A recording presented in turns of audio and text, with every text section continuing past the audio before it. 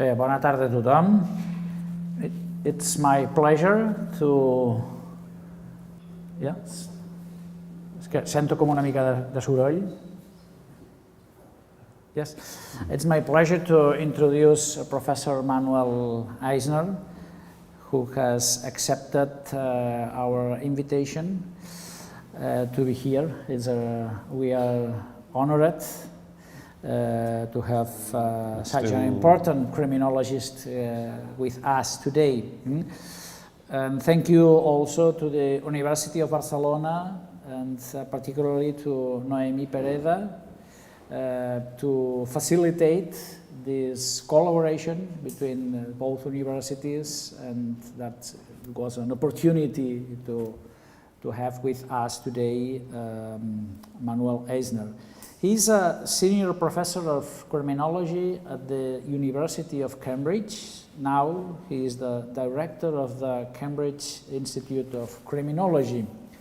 Among his awards is worth mentioning the European Criminology Award from the European Society of Criminology for Lifetime Achievement. His research has been focused on the history of interpersonal violence. He has conducted a study on levels of homicide in Europe over 800 years around. And his work is a key reference for anyone who aims to study long-term trends in violence. Manuel is going to talk about comparative research in criminology. What are the objectives, the challenges, what we need to compare, data, systems, cultures, approaches.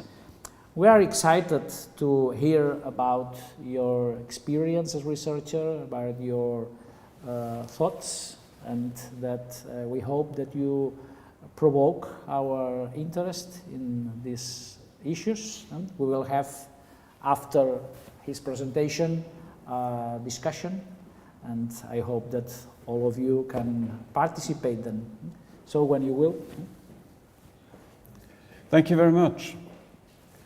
It's a great pleasure for me to have been invited here to give a talk here at the Open University. I'll try to cover quite a broad range of topics and hope to engage with you in a discussion, in an exchange about what it means to conduct comparative criminological research. And I would like to start not with my slides, but just with a general overview of my thinking about what constitutes comparative criminology, because that's not immediately clear what this is. Now, when you think about the social sciences more widely, comparative thinking has a long tradition in the social sciences. Some of you will be familiar, for example, with the work by Alexis de Tocqueville, or Max Weber, or Emile Durkheim. And in all their work, comparative thinking played an important role, comparing societies, comparing nation states, and trying to learn something from these comparisons. For example, in Durkheim's thinking, comparing societies with more organic solidarity to societies with more mechanic solidarity. Or comparing more democratic societies in Tocqueville's thinking to societies that were more characterized by absolutist power structures. And if you think about Alexis de Tocqueville, there was an interesting idea here in that he argued that the way power is structured has influences all the way down to individual psychologies. So there is a link between macrostructures and individual inner functioning. That's an important thinking in social sciences, for example, also when you think of Norbit Alliance thinking, where he argued that he tried to combine psychoanalysis on the one hand with macrosociology.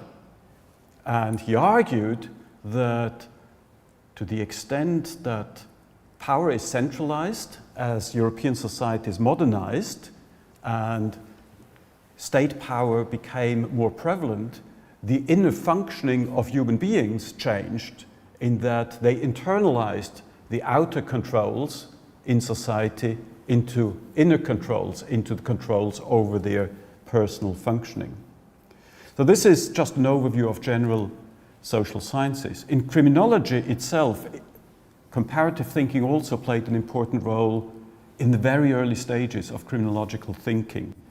For example, in the first crime statistics produced by Adolphe Gutlet in Belgium and France, comparative thinking played an important role. For example, he was interested in the age distribution of offenders.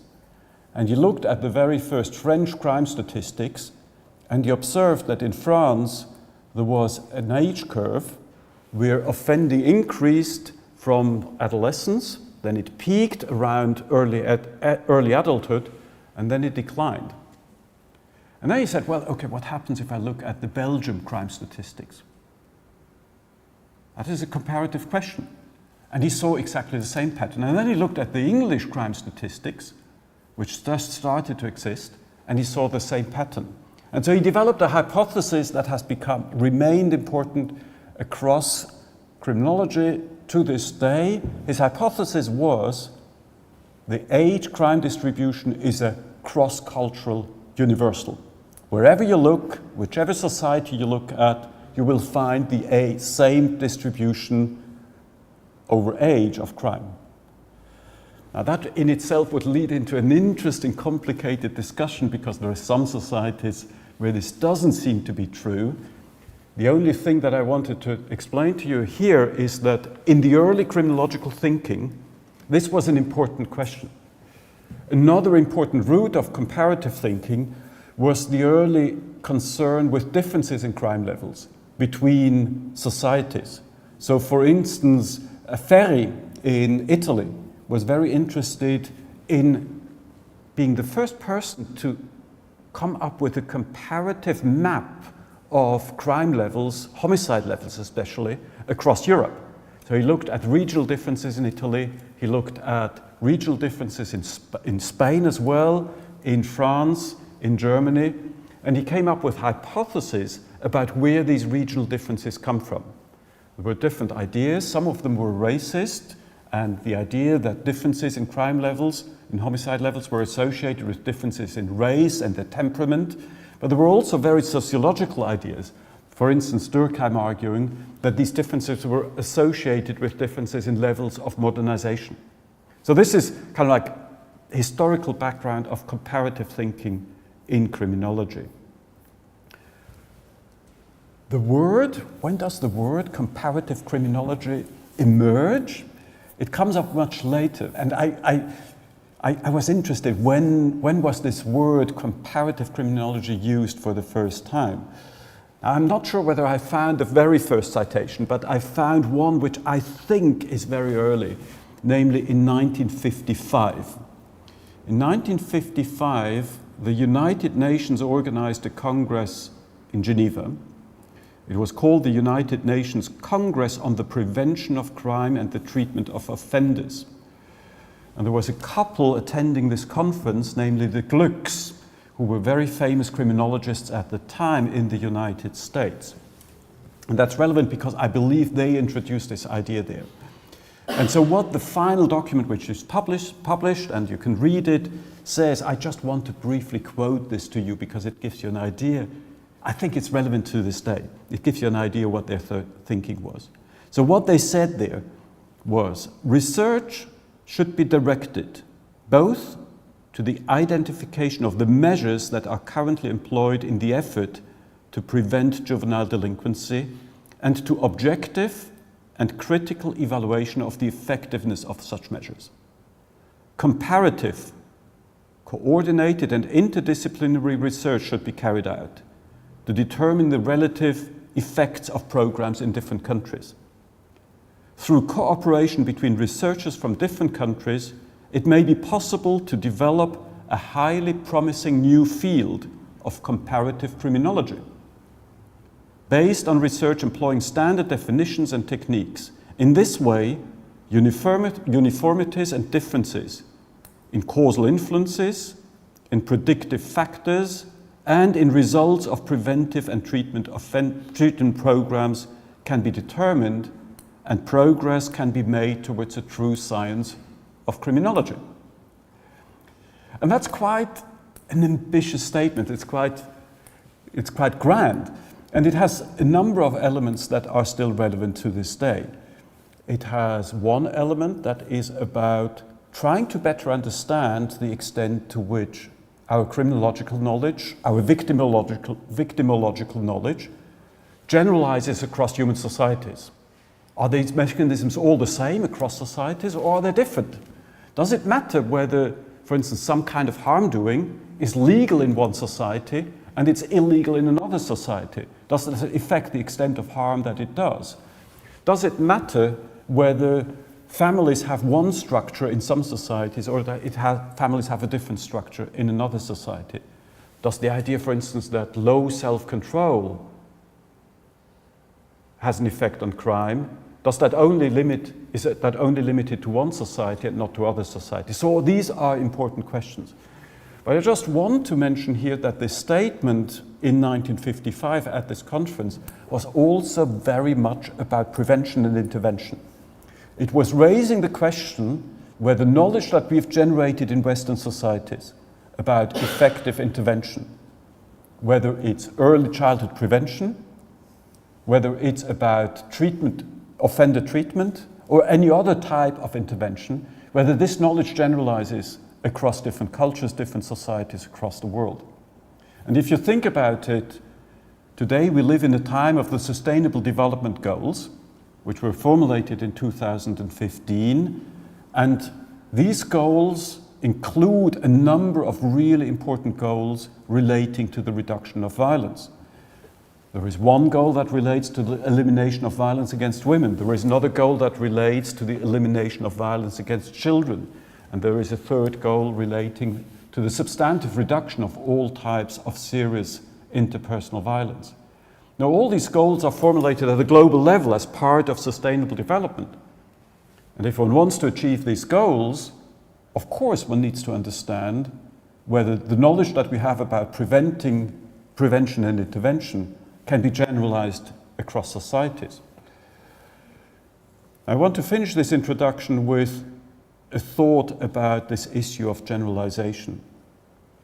Some people who work in this field of comparative criminology have rightly criticized that comparative criminology has very much remained a Western enterprise. It's something that Western academics are interested in, and they see the rest of the world as something slightly exotic that is different from their own society, and they're interested in applying their own instruments to these societies.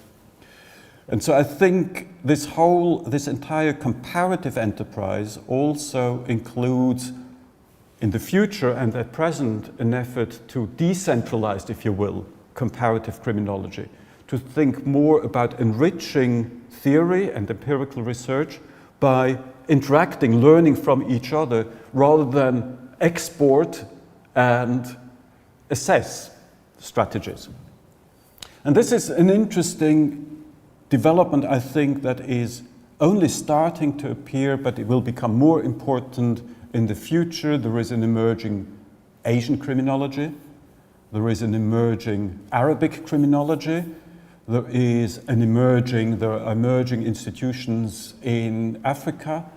And they all generate local knowledge that is not kind of like produced by Western researchers who do their postdoc somewhere in a different country, and then they come back and bring their knowledge back. This is no longer ethnographic research that is looking at societies that are different, but tries to learn the research skills and research capacities are built in other societies. Oh, one last comment before I go to the slides. I think we need to think, when we do comparative criminology, also carefully about what we mean by the units of comparison. When I talked about Emil Durkheim and so on, the 19th century comparative criminology, it was self-understood that the units of comparison were countries, nation states, because that was the dominant kind of like structural characteristics. And these nation states were often imagined as though they're independent units. So you have Spain as a unit, and then you have France as a unit, and you have Germany as a unit, and you compare these nation states. And of course, this is a fiction. Nation states are not isolated, self-contained units. They interact, and there is a lot of variety within nation states. And when you look at comparative criminology these days, most of it still remains cross-national comparative criminology. But that's a mistake, I think, in many ways. Comparative research questions can be comparative questions between, say, prison cultures within Spain. Comparative research questions can be between neighborhoods or between ethnic minorities within a group. And they could be, I'm not going to go into these questions, but they could be between different regions within this country or other countries, because the basic idea of comparative research is to try to learn something about similarities and differences between these units. And how we define these units is something that we need to think about theoretically and conceptually. So this is just an attempt to make a brief introduction before I go into the overview of the slides. And let me just see whether this works.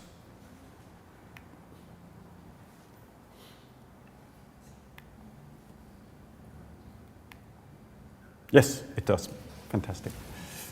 Good. Okay, so I would like to start with a brief thought about what we mean by violence in a comparative perspective. And I will talk a little bit about differences in beliefs about what constitutes violence, and I will then talk a little bit about, so far, my biggest effort to try and conduct some comparative research, namely the Evidence for Better Lives study. So this is EBLS, is Evidence for Better Lives, which is and was an effort to do a global comparative study, and I will briefly talk about how we try to go about this. Now, talking about what we mean by violence, it's just by way of trying to sensitize you to the politics of what we mean by the term violence. And I tried to analyze this problem 2 weeks, no, it was more weeks ago, it was 6 weeks ago, with our MPhil students. And what I did was to just give them 25 questions that they answered with yes or no. I will display the same questions today. And I said, well, what do you think? Is this behavior, does this constitute violence in your thinking? And I would like you, I'm going to show this to you one slide after the other, and you can think for yourself whether yes or no you think this is violence. And at the end, I would also like to ask you, for how many of these questions was the consensus amongst these 25 students? I should say here that Cambridge has a very international studentship, so they come from many different cultures, many different backgrounds. So you would have much less uniformity of cultural socialization than I would expect in this room. But so this is going to be interesting. So these were the 25 behaviors. Using witchcraft, spells, or other mental means to harm other people. Is this violence or not? Abort a fetus. Is this violence or not?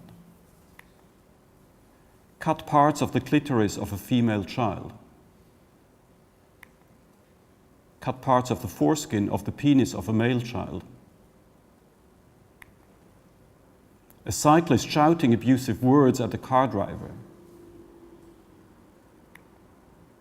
Inflicting self-harm, cutting yourself. A person killing a burglar in self-defense. Is that violence? A police officer using force to arrest a criminal.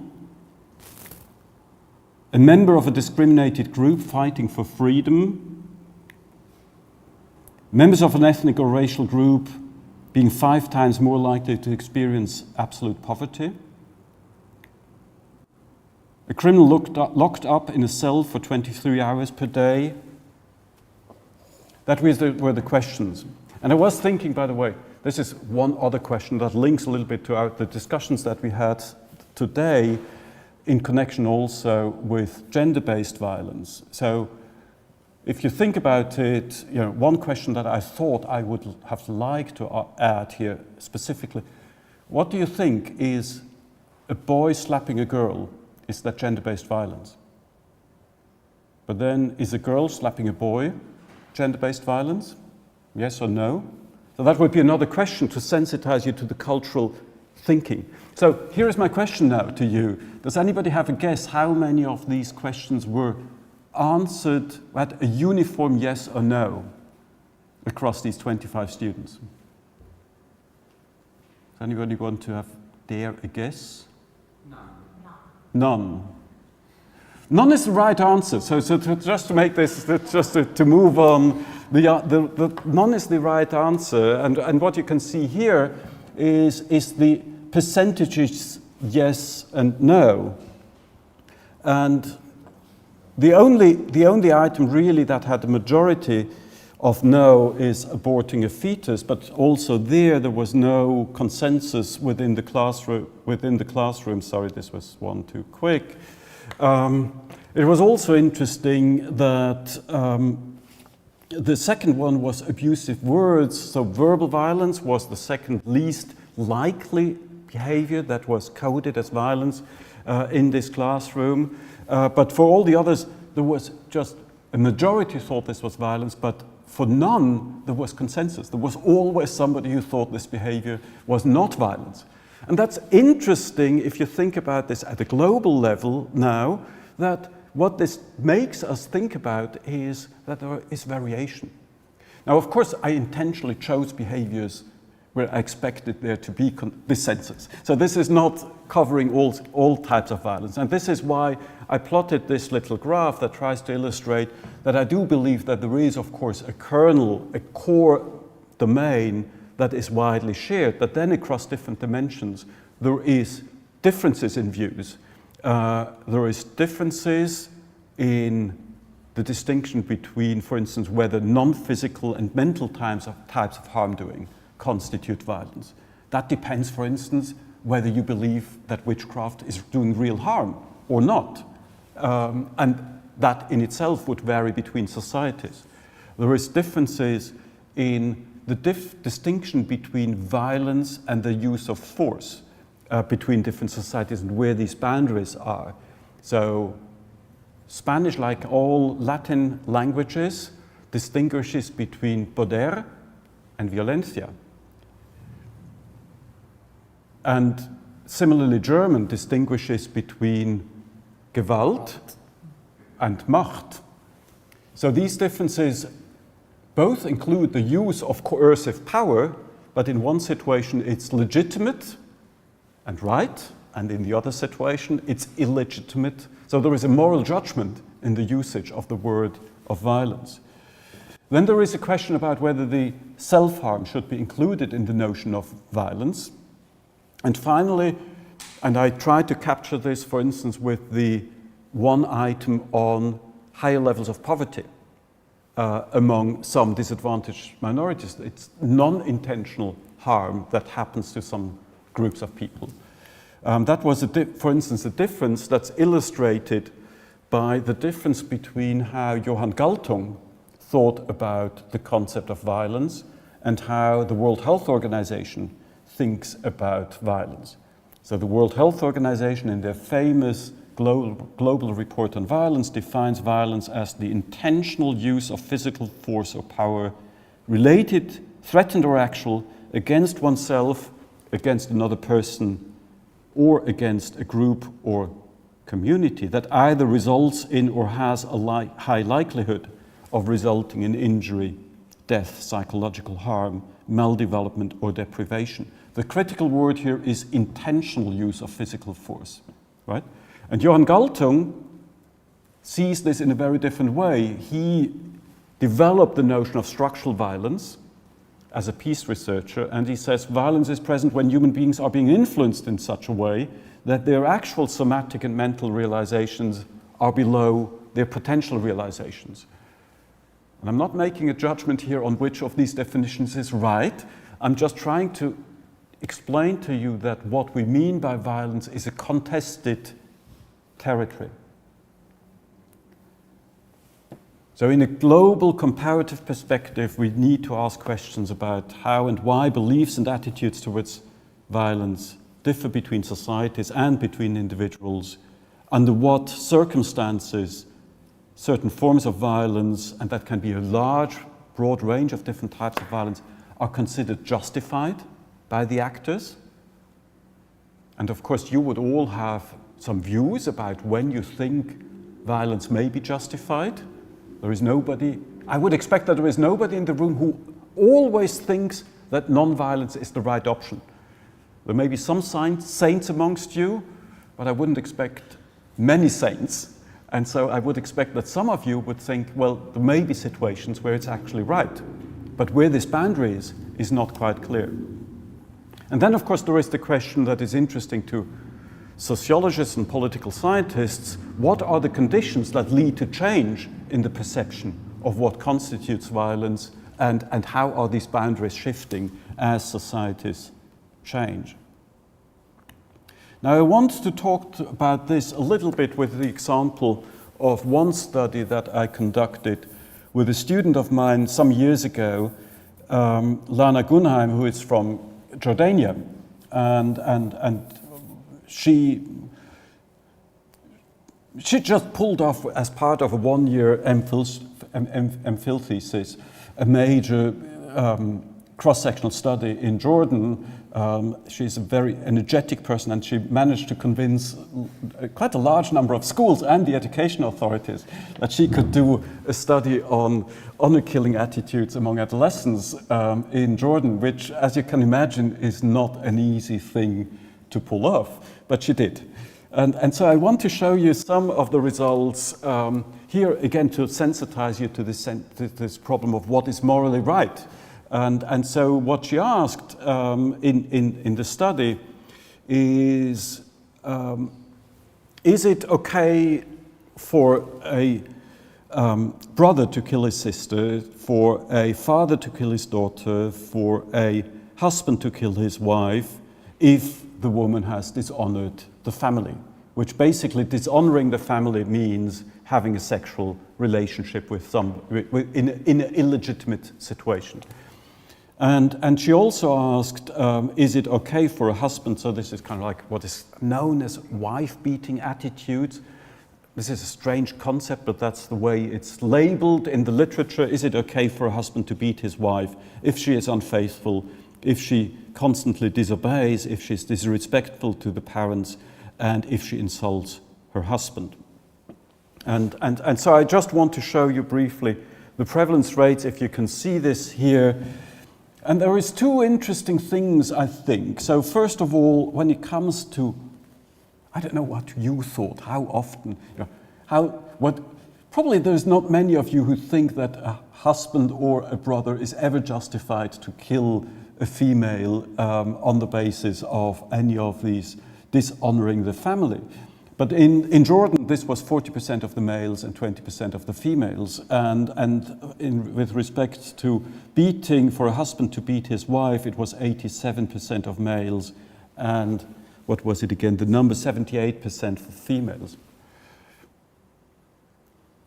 What is most astonishing about this? The most astonishing thing for me is not that males think this is right, but the astonishing thing is the large proportion of females who support this attitude. And there is fascinating research, for instance, about especially the attitudes towards intimate partner violence, that in many societies, many traditional societies, there is actually more women who endorse violence against women than men, which raises other interesting questions about where this is coming from, but I'm not going to talk about this. What we find in this study is that there were three major factors, dynamics, that were contributing to these differences. This is now differences between individuals within the same societal context.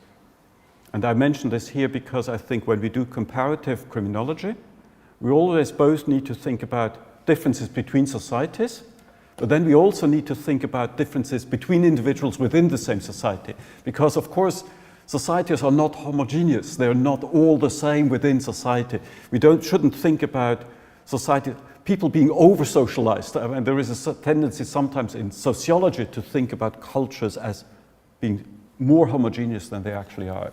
So what did we find? We found three main independent contributors to differences.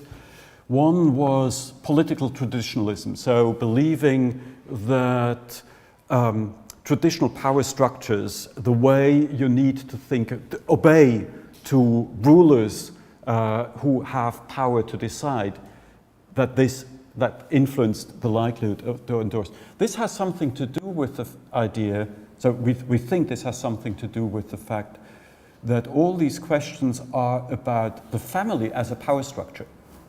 And so if you have a more traditional view of the power structures within broader society, about the dominance of those who are males who are in power, then this also affects the likelihood that you endorse violence within the family. Female chastity norms was something that we measured separately, so the idea that women should not have sexual intercourse before being married. And then there was this general notion of moral neutralization of violence that has nothing to do as such with gender inequality. It's more to do with the notion that you accept more excuses in general for violent behavior. And both men and women differ in the extent to which they think sometimes some types of violence are justified.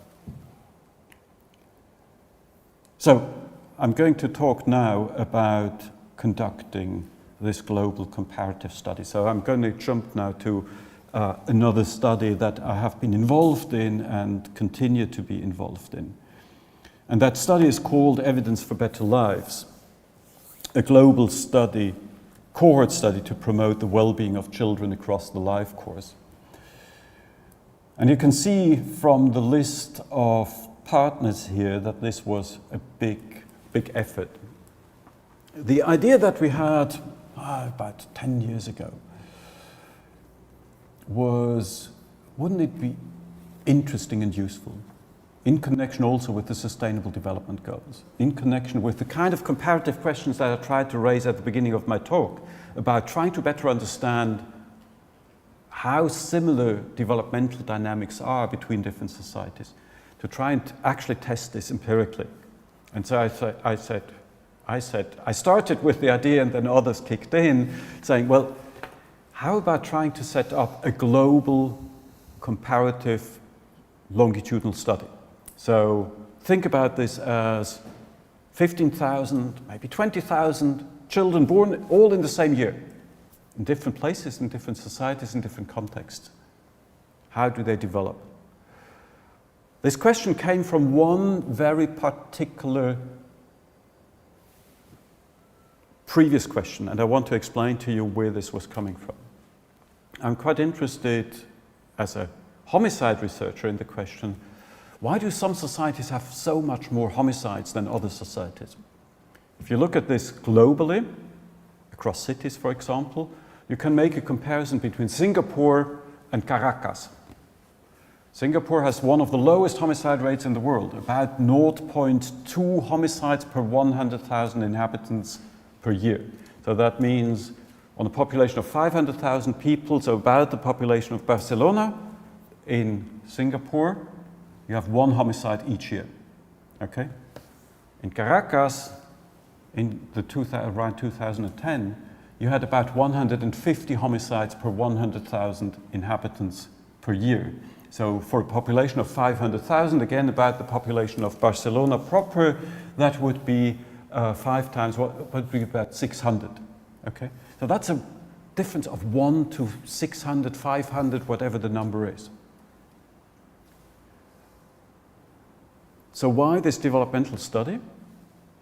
Because one question that we don't really understand is, when in human development, if you think about children growing up, at what stage of their development do these differences start to emerge? Do they already differ between Caracas and Singapore in their first year of life? Do they differ when they start primary school? Do they differ when they start secondary school? Or do they only start to differ in the likelihood that they use violence when they're adolescents or adults? And frankly, nobody knows the answer to that. Answering this question is interesting and important because it bears on the question of prevention and policy implications. If these differences already emerge in early childhood, then it's an important argument to say that if we want to reduce these differences, which doesn't mean we want to have more violence in some parts, but we want to reduce levels of violence in these high violence societies, we need to do something about early childhood. But it may also be the case that these differences only start emerging during adolescence, that something is going wrong, for instance, with youth gangs, with failing at school, with being socialized into a more violent masculinity ideal, and that would mean that we would have to invest our resources into that stage of human development. So that was the background, just to give you an intuitive sense of what we've been trying to do.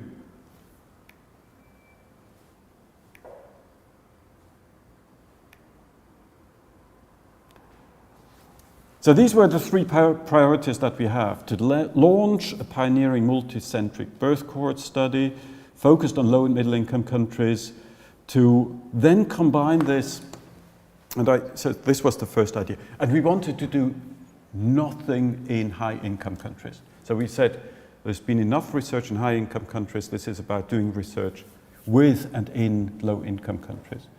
And if you're interested, I will also be happy, when you have questions, to talk about the challenges of setting up such a group of motivated researchers and to avoid the challenge of this becoming an ethnocentric enterprise.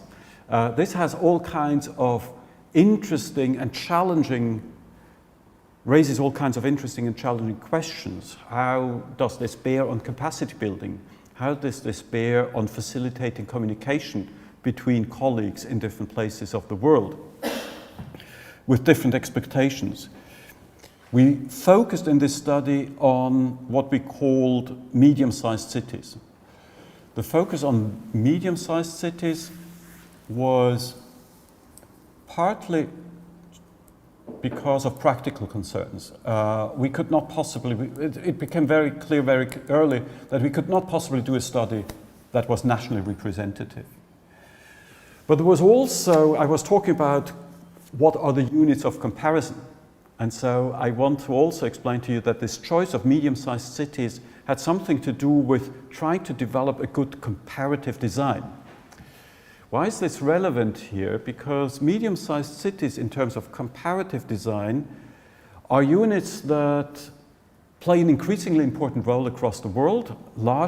Increasing proportions of the global population live in medium-sized cities. But also there was the practical idea that we would like to turn these research findings into policy implications. Initially, I started with the idea of doing something with Mexico City and Johannesburg and so on and so forth. But these are mega cities. And if you want to mobilize policy, it's almost impossible to do this. But medium-sized cities, that's my experience from Zurich, where I come from, in medium-sized cities where there is one university, there is local ties between the university and local policy stakeholders, you can actually develop momentum and bring stakeholders on board and interact and lead towards population-wide change. And thirdly, we wanted to contribute to capacity building by creating this interdisciplinary network of research teams. Let me just briefly show to you what the sites were that we included in this study.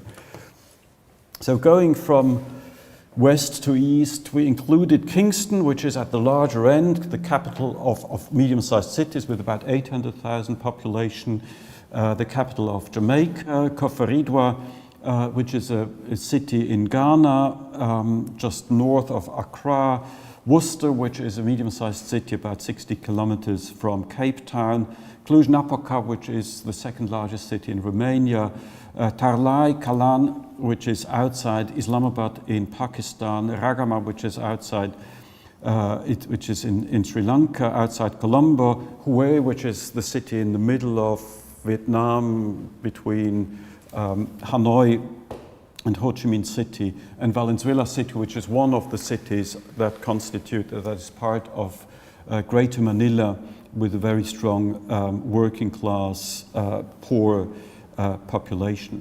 So you can see from this that we made an effort to represent the big cultural areas of this world.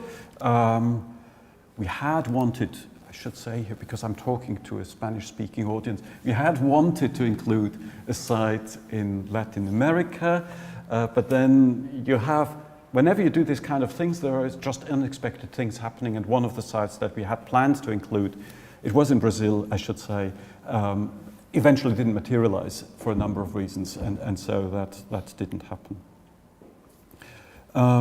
The foundational study that I will talk about very briefly was to demonstrate the feasibility of such a global comparative cohort study. And what we did in that study was to recruit, we just wanted to demonstrate that we were able to do this, okay? And so that means that you go through, well, it was a number of stages. I just want to tell you briefly what stages you go through. You go through decisions about who your partners should be. That in itself was 1.5 years worth of work, because you want to be careful. As you know, everybody who's ever worked with colleagues is that you have to be very careful whom you work with and whether you actually think this can be done. Do they have the resources? Do they have the interest? Are they nice people? And all these kind of questions that you want to assess. Then you have to go through, for instance, questionnaire design. A major enterprise, if you think about this, you have 8 partners. Well, in the end, we had 13 universities, all very clever, intelligent colleagues with different interests, different disciplines, and you need to bring them all together and try to think through what instruments should we use, and you want to manage this process. It can't be chaotic, so you need to be, keep control over this process, how you develop the instruments. You need to think through ethics approval. In itself, just think about everything you know about doing this in Barcelona, and then multiply this by 5, and you get an idea of how much time, how much effort this requires to go through this. Of course, it means establishing contracts. I mean, the contracting side is a nightmare. All these bilateral contracts established across all these sites. Then you go through the process of developing a data collection protocol and the data collection infrastructure, because you need to program your tablets, which it was in the end 10 different languages. You need to make sure that it's all programmed right and you don't have errors. The translation itself would be another, I could give an entire talk about the translation issue, but I just want to show you that this is not easy, this is not easy peasy, just let's try to do this. Each of these stages needs to be planned. If you do a translation, for instance, you want to make sure that you have a translation protocol, so you need to make sure that you know exactly, each side knows exactly how to do this. But then what we learned very quickly is that just writing protocols is one thing, and people complying with protocols is another thing. And so then you have all these questions about how much monitoring is acceptable and who is the partner that you talk to. And then you go through the entire question of training, which is another major exercise. So developing a fieldwork guidebook. But then, so if you do this here in Barcelona, you have a fieldworker guidebook, but then I know, whoever is doing research here, you work with your fieldworkers and you train your fieldworkers directly. Now this is another layer in between, because you don't train your fieldworkers directly, but you have, in 8 different sites, you have your fieldwork coordinators, and so you must bring, we did this in Cluj-Napoca, we bring all the fieldworkers together for 3 days, and you do a fieldwork coordinator training hoping that the fieldwork coordinators then go back home and they translate the training into the fieldwork, what the field workers do, and then they actually monitor the work by the field workers. That's the only way to get reasonably comparable data across these different places. And so one of the other elements, and then I'll finish here, was, for instance, the problem that we did very much from the beginning.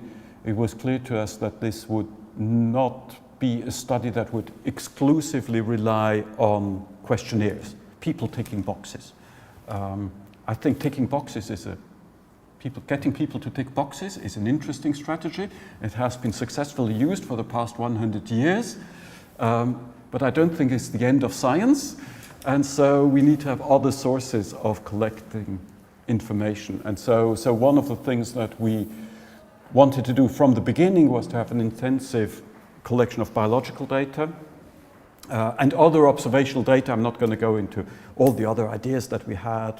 They were very ambitious. But at least we wanted to try whether we can collect biological data across so many different sites. What we did was to collect dry blood spots and hair samples. And we collected both of them because, I will come back to this in a second, because we were interested, it was quite a limited research program, we were interested in the extent to which exposure to intimate partner violence during pregnancy was associated with biological markers of stress. So when it comes to experiencing victimization, you have, of course, consequences that are subjectively experienced. People will say that they feel stress, people will say that they are depressed and so on, but the subjective experience does not necessarily represent how the body responds. And so it seemed to be important to us to have measures of both. And of course there may be other mechanisms that are involved. And theoretically at least, we haven't done this here. I was clicking on the wrong thing. Okay, so this was the study design, and it may actually continue for a longer period of time. This was the study design, so you have questionnaire translation, protocol, ethics, approval, training, and so on, and then you have these 8 different sites. And we recruited these 150 pregnant women in the 3rd trimester in each of the sites. In most of the sites, this was done via public health clinics. So mothers who go for their health checks during pregnancy, and they were asked usually by the doctors whether they would be interested in participating in this in this study. So in red you see the timing of the first data collection, the first wave. Then we did a second wave about 3 to 5 months after the child was born, and then in 6 of the 8 sites there was no funding left. So this was all voluntary, and there was a little bit of funding left, but in 6 of the 8 sites, we actually managed to pull off a 3rd wave, which, when you look at the timeline at the bottom, was already in the middle of COVID, and which was an additional complication. But in principle, for 6 sites, we have data which is interesting, and we haven't published anything about this yet. In principle, we have data about pregnancies pre-COVID, child being born pre-COVID, and what happens to these mothers in different societies across the world with very different COVID regimes. One of the things that, by the way, you can also see here, how difficult it is to maintain control over the timing of the data collection. So, there are always delays. And just one delay that I wanted to flag up here, where do we have Ragama is actually, so for instance in Ragama, in Sri Lanka, in the middle of the data collection, we had to stop the data collection because of the terrorist attacks on Christmas 2019. And it was just entirely impossible because it was quite close to where the study collection site was. So if you try to do this collective kind of study, you get lots of unexpected events that affect your study. So just very briefly, and I'm not going to talk about more sophisticated, some of the papers that we wrote about, but one of the major thematic focus that we were interested in was maternal exposure to intimate partner violence during pregnancy and how this has effects on child outcomes in the early stages of life, crying, being irritable, difficult, anger, cognition, and so on. The interest was not so much on whether that association exists. There is a lot of research suggesting that the association exists, but the open questions, as I understand it, are what are the causal mechanisms that link maternal exposure to intimate partner violence during pregnancy and poor child outcomes. So for example, so these are some of the mediating pathways that you could imagine.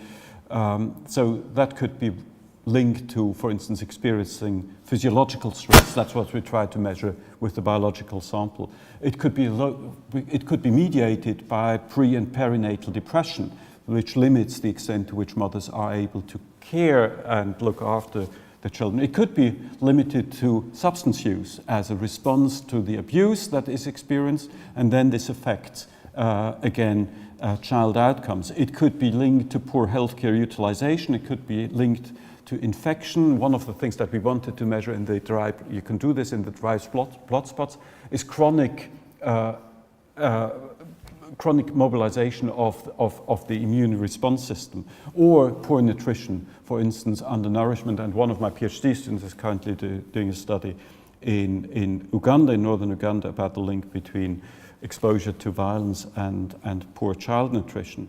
So there is a number of possible pathways that one can analyze. And I just want to show you a few descriptive results on a number of things that may be of interest. One of the questions that we asked is how many mothers had experienced childhood adversity in their own childhood.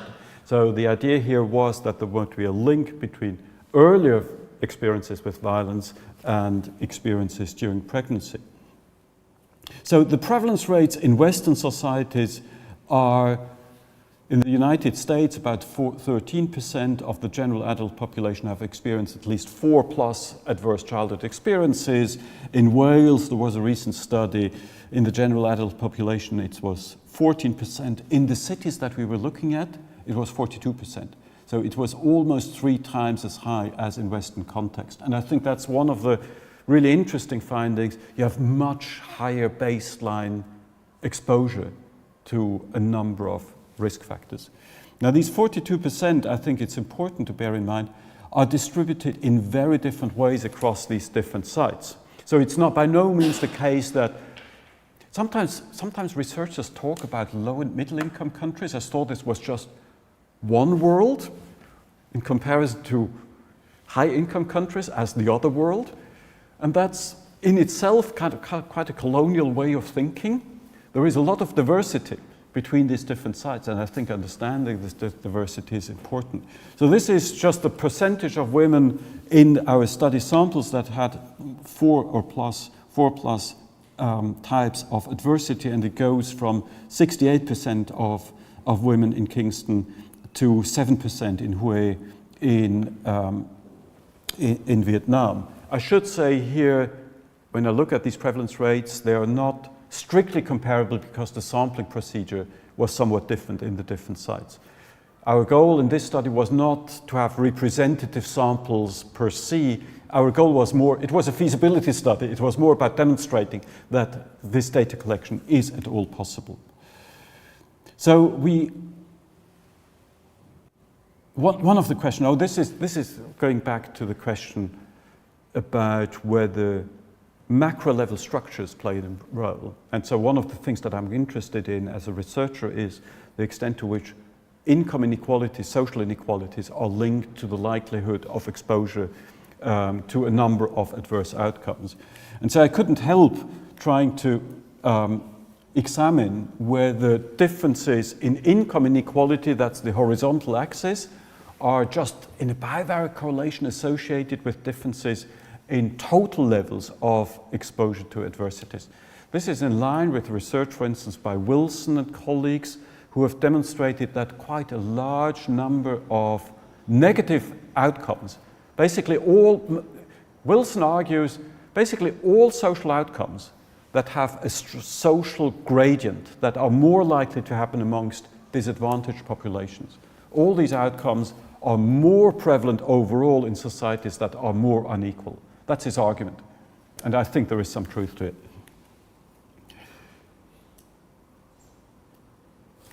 This is, I'm going to go through this very quickly. Here we have the percentage of women who were victims of violence at home during pregnancy. And you can see that this ranges from 44% to, in Kingston again, 41% in South Africa to 14% in Hue, again low in Cluj and Hue, and in Hue in Romania and Vietnam, and much higher elsewhere. And when it comes to experiencing neighborhood violence, basically you go up to almost 90% of women who experience neighborhoods that they define as violent. I thought it was interesting here also to show the association between adverse childhood experiences of the mother and their own experience of domestic violence when they were pregnant. So at the bottom you see the number of childhood adversities that a woman experienced when she was a child herself, and the likelihood that she experienced intimate partner violence during pregnancy. And you can see here in this graph, again, that's just descriptive, it's not causal. There is a strong bivariate association, not a surprise to anybody who works in this field, a strong association between the number of childhood adversities and the likelihood of experiencing violence during pregnancy. So this is my last slide here. What have we learned from this study? We've learned that very large proportions of pregnant women in low and middle income countries have experienced adverse childhood experiences, that social inequality may be a contributing factor to differences in the exposure to adverse childhood experiences. And I mention this here also because I sometimes have some conversations, let me say, with colleagues at WHO or in other institutions when it comes to what needs to be done to address violence. And some of my colleagues in some of these institutions think that in order to address violence, you need to implement measures that try to address violence. And I'm not always sure that this is true. It may well be that addressing something like social inequality, which is not about violence at all, it's about educational equality, it's about eliminating poverty, it's about reducing the extent of spatial segregation in societies, may actually be more useful than targeted measures that are focused, that are designed as violence prevention measures. I think the call is out about which of these strategies is better, and it's not an either-or situation, but I just want to flag up here that I think when we talk about comparative prevention, it's important to bear in mind that some of the measures may not have nothing to do with violence in itself.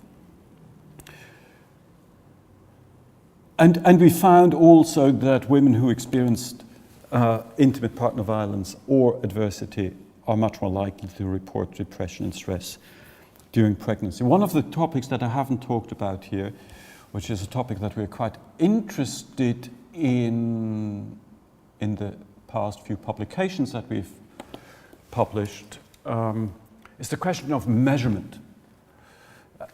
This is a technical question, and it's probably taking away a little bit from the main focus of this talk. But even with the most careful translation that you try to do, there are all kinds of difficult questions about whether the way you try to measure stress, the way you try to measure depression, the way you try to measure intimate partner violence is genuinely comparable as an instrument, as a way of collecting information across these different societies. So I just want to mention here, from a scientific point of view, that's an interesting and difficult question. So the next steps, some of the next steps, we're working on a paper that analyzes the hair samples about biomarkers of stress. We now have these data at ages 24 to 30 months about trying to understand whether exposure to violence during pregnancy is associated with child outcomes in this age. And we're now hoping, we don't know yet, so this is going to be a new proposal. One of the things that I'm quite interested in, and others have now taken up, I'm not going to do this. I'm not a specialist in early child development at all. One of the things that we are interested in is whether there is a link between exposure to violence before the child is born and children's emotional and moral development at ages 4 or 5. And so we try, so the idea is, and I think that's what we would like to do in this group, led by others, to actually engage with children roughly at the age 4 years, that's what they are now, maybe they were going to be 5 years old, to play with the moral dilemmas. So you have all kinds of moral dilemmas, and children, everybody who's played with children at this age knows that they have dilemmas about whether they should share with others or they shouldn't share with others, whether they should cheat in a certain situation and lie to others or not lie to others, whether they perceive another child to be aggressive or whether they think the child is actually just nice to them, and how good they are at cooperating with others. And what we would like to learn from such a study is not to do interviews, but to engage with them in standardized experimental games and see whether that's associated with their exposure to violence before they were born. And that is kind of a link to the question that I raised before. How early do these differences between the societies emerge in terms of social, emotional, moral development of children between these places? Thank you very much.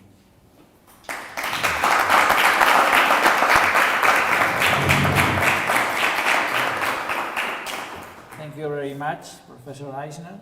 And now we can have a discussion. Laura? Thank you very much.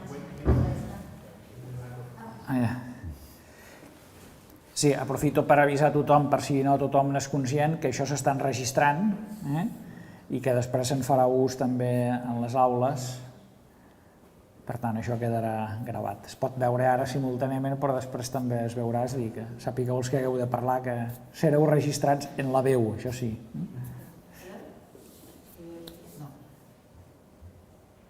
Sí, sí. Just one question. How deep does this investigation go into the relationship between the mother and the child? I mean, there has been said the word neglect. When the mother has suffered violence in pregnancy and the child has all these attitudes we have talked about, crying and all that. Que no se sent, perdona, diu Anna.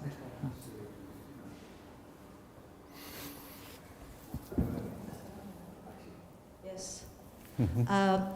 When you say that mother has suffered violent experiences during the pregnancy and the child cries and has all these attitudes, does it mean that the mother has the child has been neglected, that the mother has not treated the child with affection or something like that, that all these hard experiences during pregnancy and before have affected the relationship between the mother and the child?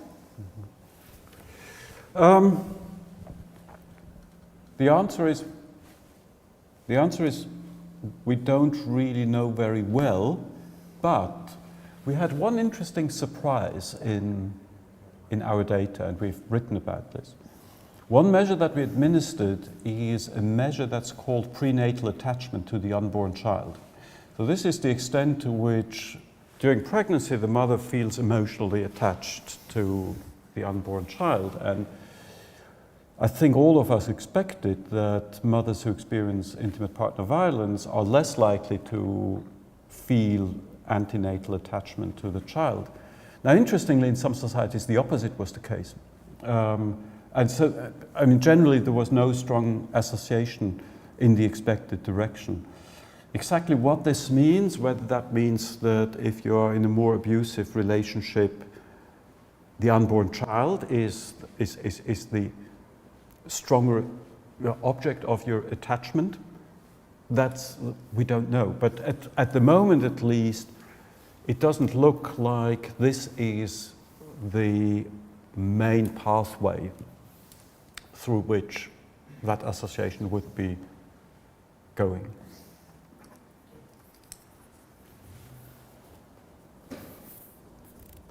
More questions?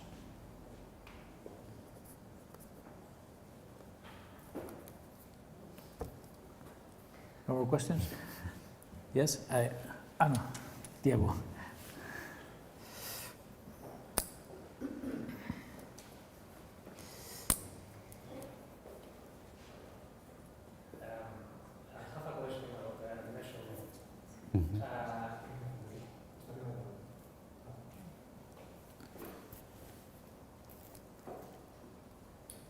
I have a question about measurement. A lot of the instruments or techniques that we typically use when study violence and its outputs has little or scarce evidence about different types of validity, such as criterion validity, etc. No? But especially regarding cross-cultural validity. I was thinking if you may share some, some thoughts on insights, coming from the evidence for better life study, maybe to how to improve or how to address this lack of evidence on this this problem that I think is highly prevalent in the study of violence. Yes. I'm happy to try my best, but I'm not myself. So I would like to have Asia Murray here next to me now, because because she's the measurement models specialist in our group. But I'm also trying to explain your question to the wider audience. So when you develop these questions, to measure, for instance, something like depression or something like stress or happiness, you're always interested in this question, well, to what extent do the items, the individual questions, reflect an underlying shared dimension? And this question that is already difficult to answer in one society becomes even more complicated when you try to do this across different societies, because then the question arises, for instance, whether all the items are similarly contributing to the overall measure, whether taking out one particular item improves your measurement quality. And that's separate from the question, so there is one question that's called scalar equivalence, which is the question, do respondents in different societies perceive the same overall severity when faced with a specific question? And so we've been looking at this for a number of the instruments that we have administered. And there is, for some instruments, it's functioning quite well. So I'm currently working with Laura Campo on a paper where we're looking at the measures that we have on neighborhood violence and neighborhood cohesion. And these items, surprisingly, nobody has ever done this across different societies. They were items that were developed in Chicago. So when you ask people on perceptions of neighborhood cohesion, neighborhood disorder, overall, they seem to capture similar things in different societies. So as a measurement tool, they seem to be quite valid. And I think when the paper comes out, we will be probably some of the first who have tested this across different societies. There were some measures that work in most societies and all of a sudden not in one society. If I remember right, the depressive symptom scale, most of the items, overall they worked well in most of the societies, but then there was Pakistan, where there is this one item that just completely didn't fit into the scale. Now, I remember that our Pakistani colleagues came up with some explanations, but I would not be able at the moment to tell you exactly what the explanation was. It was not, and I think that's important, it was not a translation mistake. But what it alerts us to is that when we talk about psychological symptoms, that there may be cultural differences in the symptoms that a certain disorder shows, the way a certain disorder manifests itself. So we know, for instance, that's not about cross-cultural differences. For instance, ADHD has somewhat different manifestations among girls and boys, and there was little appreciation of this. But also across societies, depression or anxiety or other mental health problems may manifest themselves in somewhat different ways. And we need to be more attentive to this. So the idea with this study was to create a basis, at least for instruments, that we think could be taken to a main study, which is no longer going to be my job. I tried to do it, I tried to get the money twice, and I failed, and so, but we're still hopeful that maybe we can do this. Does this help to answer your question? No, of course, I know that is almost an impossible answer to that question, so it's a very excellent Okay. answer. So it's okay. Thank you. See, for you, Uh-huh. only one. Yeah, it's maybe a curiosity, but the results of the second study, there is one city which results are very different to the rest. The city of Vietnam. Yeah. The results are very, very different. In your conclusions, do you have any explanation of that? Maybe because similar cities, similar subjects, yeah? Yeah. But the result, it's very, very different. Yeah. There's an explanation? Well, now I would be glad to have my Vietnamese colleagues here who could help me with answering that question. But I've been to Hue twice, and I don't have the answer to this. But there are a number of interesting features about Vietnamese society that I think may have contributed to this. And I'll probably also come back to the issue of response behavior in questionnaires, because that may play a role here. In comparison to some of the other sites, this was the first thing that struck me. Romania may be different, but in comparison to many of the other sites, Vietnam has a surprisingly well-functioning public health system and a very well-functioning, non-coercive local social control system. So this goes back to communism, and it goes back to the communes, but they remain strong. So you go to Hue, and every neighborhood has a public health clinic. They know exactly who the neighbors are. Also, for a study, this is perfect. For a study, it's perfect, but it also shows you something about the care that goes into individuals, because they would know which mothers are pregnant. They would care about providing public health, and there is not a group, this is what I was talking about in societies with high inequality, where there are major groups of society that are just left outside the functioning of the public health system. And so I think that's probably a major contributing factor. It may well be that Confucian culture, but there we always need to be very careful when we try to generalize about the importance of culture. And especially if you're not really specialists of the culture, it's really, really difficult. But Vietnam is a strongly collectivist culture in the sense that there is still high importance of family ties and family integration. Now, I'm not saying by no means that societies with high importance of families are not violence prone. So I mean, just to get me right here. But so I think that's probably as far as I can say, as far as I can go. But because I've mentioned the issue, and because the previous question was about response behavior, one of the challenges that probably we have in such a study is that we have a limited understanding of how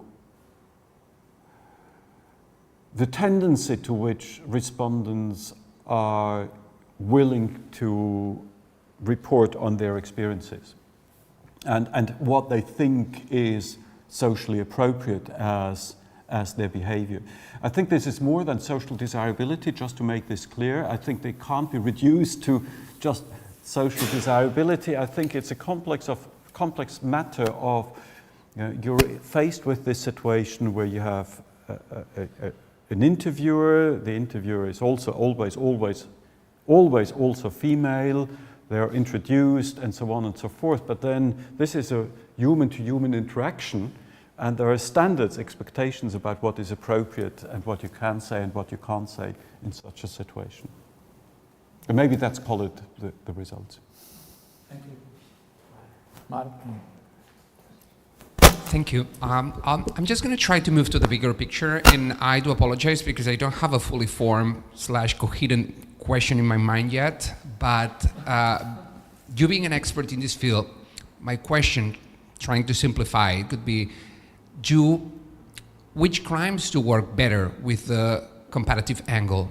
Because I'm thinking, and I was doing a quick research in Google Scholar, we've talked much about violence or about, more a micro individual element.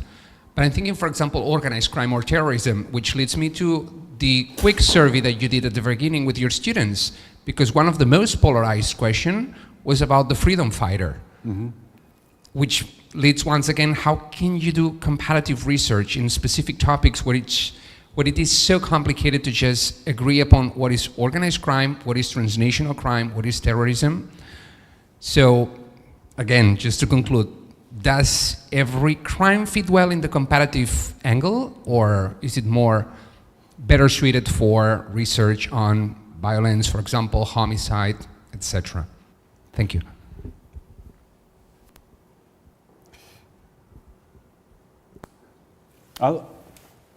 It's a very useful question, and I wanted to take this back to the question of the origins of comparative criminology, and I want to go back to one topic that we talked about yesterday evening with Noemi about, and a good colleague of both of ours, namely Jan van Dijk. I think your question was about differences in what constitutes a crime in different societies. And for a long time, when people were doing comparative criminology, they were using police statistics. And of course, police statistics have all kinds of disadvantages, but one disadvantage is that they define perpetration or victimization by what is considered criminal in a given society. And I think Jan van Dijk was the first. I'm not sure whether he was the first, but certainly the argument for crime victim surveys was to say these surveys are crime-free. They don't say, well, this is a criminal behavior. The questions are never asking, well, did something criminal happen to you? You just ask, have you been attacked? They ask, has somebody slapped you? And then the question of whether that qualifies as a crime is a separate question. Now, sometimes that doesn't mean that there are no misunderstandings, but just so that you understand, this is the strategy of victimization surveys. There are challenges in how well these surveys function for cross-societal comparison, cross-national comparison. And it's interesting that there is some emerging evidence that teaches us something about which questions work well and which questions don't work so well. And I want to illustrate this with some findings from the International Crime Youth Delinquency Study that has now been done in 35 countries. And they ask both questions on victimization and they ask questions about perpetration. And so they also can look at issues about perpetrator-victim overlap. There is one interesting finding that emerges from these studies. That if you look at victimization rates, there are big cross-national differences. And in societies where you would expect more victimization, you actually do have more victimization. Then you look at the perpetration rates, and there is no differences. And this was all. So I think one of the conclusions, and we're not quite sure yet, is that measuring self-reported perpetration is much more difficult across countries and across societies. Measuring victimization is probably more valid and more reliable across societies. And the reason probably is that the perpetration has more taboo elements in it. So, I mean, just to give you one example, because it relates also to Latin America, a PhD student of mine some years ago from Montevideo decided to replicate a self-report delinquency study that we had done in Zurich in Montevideo. Now, Montevideo has about 15 times higher homicide rates. The police statistics suggest that Montevideo has about 10 times more robberies per person than Zurich has. So we did this nice cross-sectional self-report study on offending in Montevideo with a good representative sample of schools. What was the result? Self-reported offending, whether it's violent offending or anything else offending, was just about the same in Montevideo as it was in Zurich. Then we did the same thing in Sao Paulo with Fernanda Perez. Also a large study. Self-reported on offending is just the same. So there doesn't seem to be any cross-cultural differences, or very few cross-cultural differences overall in self-reported offending. Now, why exactly this is the case? So I think this challenge of taboos in different societies may play an important role. I think, though, that there is another possible, this doesn't answer your question, I know, but it's maybe still be relevant to understand the challenges of doing comparative research. So Nico and I and Fernanda and I have been thinking about what may be behind it, because there is no doubt that the police statistics in this case give a more realistic image of the actual differences than the self-report studies. One challenge may be that the really difficult kids are not at school. So when you do a school-based survey, there is variation between societies in the number of kids that don't go to school. And in Montevideo, the estimate is that in secondary school, it may be something between 15 and 20%. In Zurich, it's about 2 or 3%. So you get more misbehaving kids in school in Zurich in comparison to Montevideo. And because we know that everything that's related to homicide follows a power distribution. Power distribution meaning there are very few people who commit very many crimes, and there are lots of people who commit very few crimes. And so if these power few, the really difficult people, are not at school, your school-based surveys are just not going to tell you the truth. I would like to make some comments, some remarks. I left the last questions, your representation, for psychologists who are able to make more effective questions. And I go back to the beginning of your presentation. And I will make two questions, mainly. First, you presented this survey about what is considered to be violence, yes or not, by these students. And my question is why the question was, why your question was in the survey, what is violence? Because the question could be also, when violence is or not justified. So these are two different issues. What is violence, and what kind of violence, or in what situations violence can be socially accepted or morally accepted? Or I think it's important to make this distinction. And my second question is a more nuanced and difficult one. So now we can see, at least in Spain, and I believe that in other parts of the world, we see an extended use of the word violence. So why? The question is why this social evolution? Is it a matter of developing a higher sensitivity? So our societies are nowadays more sensitive to phenomena that are now identified, codified as violence, but they were not in other times?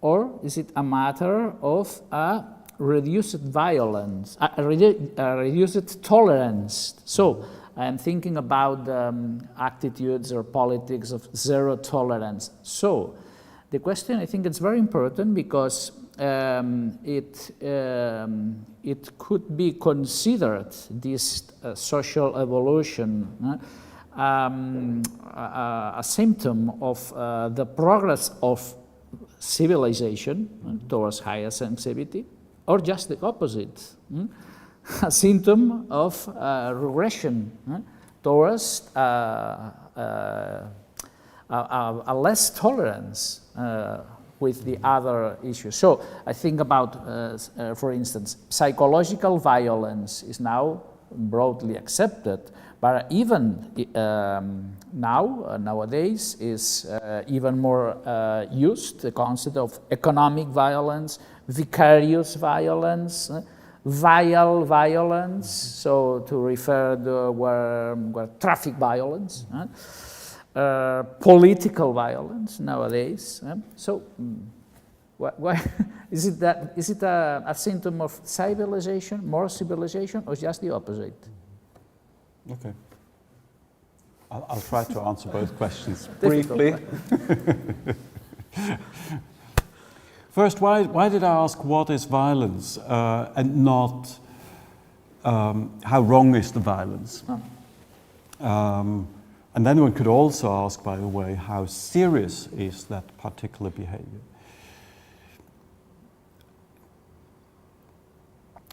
There was part of this was a pure pragmatic reason. Because I knew that there was people from 20 different nationalities in the classroom. I started with asking the students, well, what is the word for violence in your society? And what connotations does this word that you use in your society have? What does it mean? And there are some interesting differences when you ask people about this question, because in some societies, the word that is used in a specific society has associations, for instance, with strength. And in some societies, it has associations with honor and so on. So there is kind of like different mental associations going on there. But using the English word violence, or the Spanish word violencia, just gives a standard, and then the question arises, well, because the word violence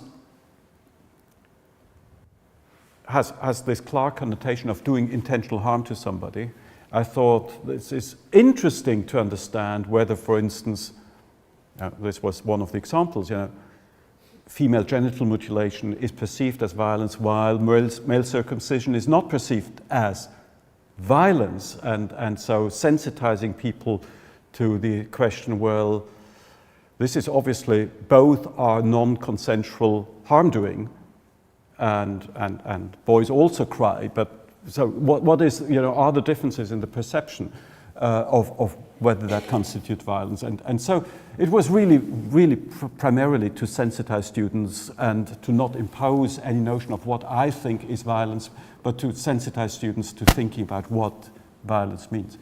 Now, the wrongfulness is a separate dimension, as you rightly say. I think this is one example of research where comparative criminology actually has had somewhat negative effects, because the question of what constitutes crime and how serious crime is was a flourishing research tradition in the 1950s and 1960s. And people were thinking about, well, are there differences? And then Graham Newman came up with a study where he examined 6 different societies, and he did surveys in 6 different societies about what constitutes crime. And he came out with the finding, everybody in all societies thinks that murder is a crime, and everybody in all societies thinks that assault is a crime, and that robbery is a crime, and that rape is a crime. And so the conclusion was there are no cultural differences. And since then, this has been a field that nobody has looked at. And I think the problem is, and that goes back to your question, when you want to understand differences between societies, you need to ask about specific situations. You need to break this down into actual specific situations. Somebody has insulted you, and what do you do then? And what is the right way of responding to this? Somebody has, taking something, so you need to have situations and ask about specific perceptions of when it is justified. And that leads, for instance, to the question of terrorism. The question arises, well, under what circumstances do people feel justified in using force to defend their interests? And are these freedom fighters or are they terrorists? And where are the boundaries? And so this relates to kind of like this moral question. With respect to your second question about the expansion of the use of violence, I mean, first of all, I think that's certainly true, and I think there's much evidence suggesting that violence these days is used for a much broader array of phenomena than was the case, let's say, 100 years ago, 200 years ago, and so on. So it has become a much more widely used phenomenon. Now, I think there is certainly a number of reasons for this, but I think one important reason has something to do with the law. Because violence is about claiming that somebody has done harm to me. And harm doing is the essence of what violence is all about, intentionally harming somebody, doing something negative to somebody else. And if you call somebody violence, what you are saying on the moral level is, I want to get protected against the harm doing. That's the politics of calling something a violent act. And so discourses around violence, whether it's violence against animals, or whether it's violence against the environment, or whether it's violence against racial identities or racial violence, this is always part of a political, I think, that's not the only argument, but it's an argument about equality, it's an argument about human rights, it's about an argument about protection. And so there is important work, for instance, about by two feminist scholars, I can't remember their name right now, but I think it's a really interesting study that tried to understand what factors contributed to better protection against domestic violence cross-nationally. What contributes to legislation against domestic violence in different societies? And they were looking at different factors. Now, you would think that, for instance, countries where more women are in parliament would be more likely to protect women's rights. That's not the case, interestingly enough. It has no effect whatsoever. But the one factor that has an effect are feminist movements. So non-parliamentary, non-integrated movements that do many other things as well, but I think one of the things that they do is change the definition of what violence means and how people think about it. And so I think this is one important, not the only one, but one important dynamic behind it, that it helps to make political claims about, here is something that people need, that politicians need to do something about. Mm-hmm. No, my question was in terms of Norbert Elias' progress of civilization. So this expansion of violence, the understanding of what violence is a step in this progress of civilization. Yeah. I think it could be, but my worry is that I perceive that it is also an evolution towards more intolerance. So are we more civilized because we are able to recognize violence, or are we less civilized because we are more intolerant? Not only against violence, but against other issues that are related with what is now perceived or codified as violence. This was my worry. But it's difficult questions.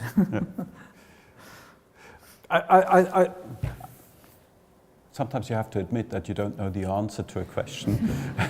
And I think that in that situation, I have to say, I'm not sure what my answer would be. Probably I would need to have a glass of wine to think more carefully about this.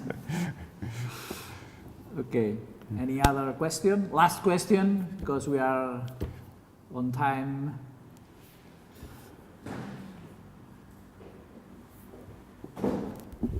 First of all, is it working? Yeah, no. First of all, thanks a lot for your thought-provoking presentation. When you were speaking about what's the best way, the best strategy to reduce violence, I imagine that the answer to that question depends on how do you understand that things are. How do you understand that violence is related to poverty or to inequality? So my area of research is reintegration, and I certainly see certain similarities with this, because you can find that relationship between crime and inequality. So I was wondering, when you were saying that perhaps the way to tackle this is to try to reduce inequalities or to reduce poverty, and like this, you will be able to reduce violence. I wonder if there's not a two-way relationship between violence and poverty, and if violence does not also perpetuate and strengthen poverty, and not only violence, but the way that we as a society respond to violence. So I believe there's a very complicated, at least in relationship to inclusion, exclusion, and crime. That is the area that I know best. And my question is there something similar that occurs with violence and inequality? Is there that type of two-way relationship in which at the same time one is a symptom but also a cause? Yes. Well, the short answer is yes, there is a bidirectional relationship. And I think that's always important to try to understand more carefully the ways in which, and let me just elaborate a few thoughts about the causal arrow turned around in the other direction. Rather than thinking about equality causing violence, the ways in which violence causes inequality. There are a number of different mechanisms, but I just want to flag up a few mechanisms. Let me start with a very individual level mechanism that is really interesting. When you think about some of the most violent societies on earth, you always, for the last 30 years, you end up in Central America. Now, violence in Central America, as probably all of you know, is very strongly related to the maras and organized violence. One of the things that happen when you become a member of the maras, as part of, and you probably all know this as well, is that you get tattoos all over your body. What do these tattoos do? They make sure that you never get out of the club. It's a lifetime commitment. It's a visible lifetime commitment to you being a Mara. What is the consequence? Nobody wants to employ you because you just can't go back. So this has become a very costly business because there are attempts, but you can only employ people who have the tattoos all over their head in the back office. There is no way to, businesses just don't want to employ them. And so you create inequality in this social context. There is another, in Central America, which I was quite interested for a while, there is also, for instance, the mechanism from violence to school functioning to inequality. So in society, in areas, in neighborhoods where you have very high levels of violence, the kids can't go to school because the path to school is very dangerous, and it's dangerous for the teachers, and it's difficult to maintain attention. So you get more educational inequality in societies where you have high levels of violence. High levels of violence in societies where you have very high levels of violence, always also bear in mind that violence in every society where there is a lot of violence is organized violence. And organized violence is always about business, right? This is the origins of the modern state. The modern state was basically a coercion mechanism. It was extracting surplus from populations, whether they wanted it or not. It was about extracting surplus. That's what gangs do as well. They extract surplus from their population as protection. Now, what happens then is that becoming violent yourself is a social career. It's an upward mobility possibility in a situation where, so you devalue job opportunities. And then there is, of course, the investment problem. In neighborhoods where you have high levels of violence, it's very difficult to motivate entrepreneurs to invest resources. So you get all kinds, I mean, you can think about other mechanisms as well, but I think your argument that that violence causes inequality as much as inequality may be a cause of violence is certainly true. So thank you again, Professor Eisner. Any other question? No? So thank you all for coming here and participating in this exciting conference and seminar. Thank you all, those who were online. I bé, bona tarda a tothom i espero que hagi estat satisfactori per a tots.